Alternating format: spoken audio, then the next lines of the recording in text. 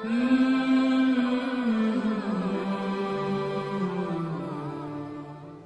اللہ والصلاة والسلام علی رسول اللہ وبعد۔ ایک بھائی نے پوچھا ہے کہ پانی میں اگر گندگی گر جائے، نجاست گر جائے تو اس پانی کا کیا حکم ہے؟ پانی میں اگر گندگی یا نجاست گرتی ہے تو اس پانی کی 3 حالت ہو سکتی ہے، یعنی وہ پانی 3 حالتوں سے خالی نہیں ہوگا۔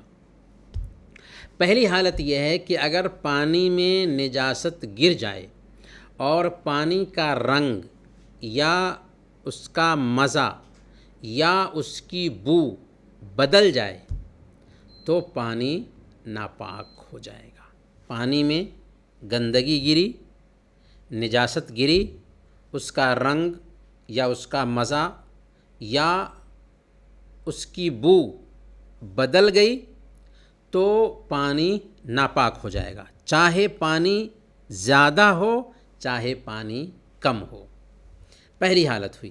دوسری حالت یہ ہے کہ اگر پانی میں نجاست گرتی ہے اور پانی کا رنگ یا اس کا مزہ یا اس کی بو نہ بدلے اور پانی زیادہ ہو تو اس حالت میں بھی علماء کا اتفاق ہے کہ وہ پانی پاک ہے، بشرطے کہ پانی زیادہ ہو۔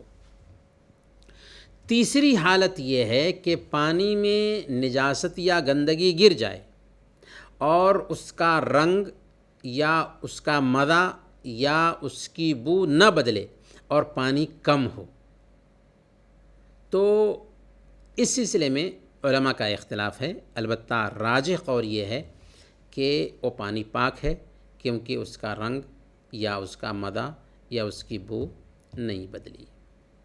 ہاں، اگر کسی آدمی نے احتیاطاً اس پانی کا استعمال نہیں کیا ہے تو کوئی حرج کی بات نہیں، پر کرنا بہرحال جائز ہے راجح قول کے مطابق، کیونکہ قاعدہ یہ ہے کہ پانی اگر کم بھی ہے اور اس کا رنگ یا اس کا مزہ یا اس کی بو نہیں بدلی ہے تو وہ پانی پاک ہی ہوگا۔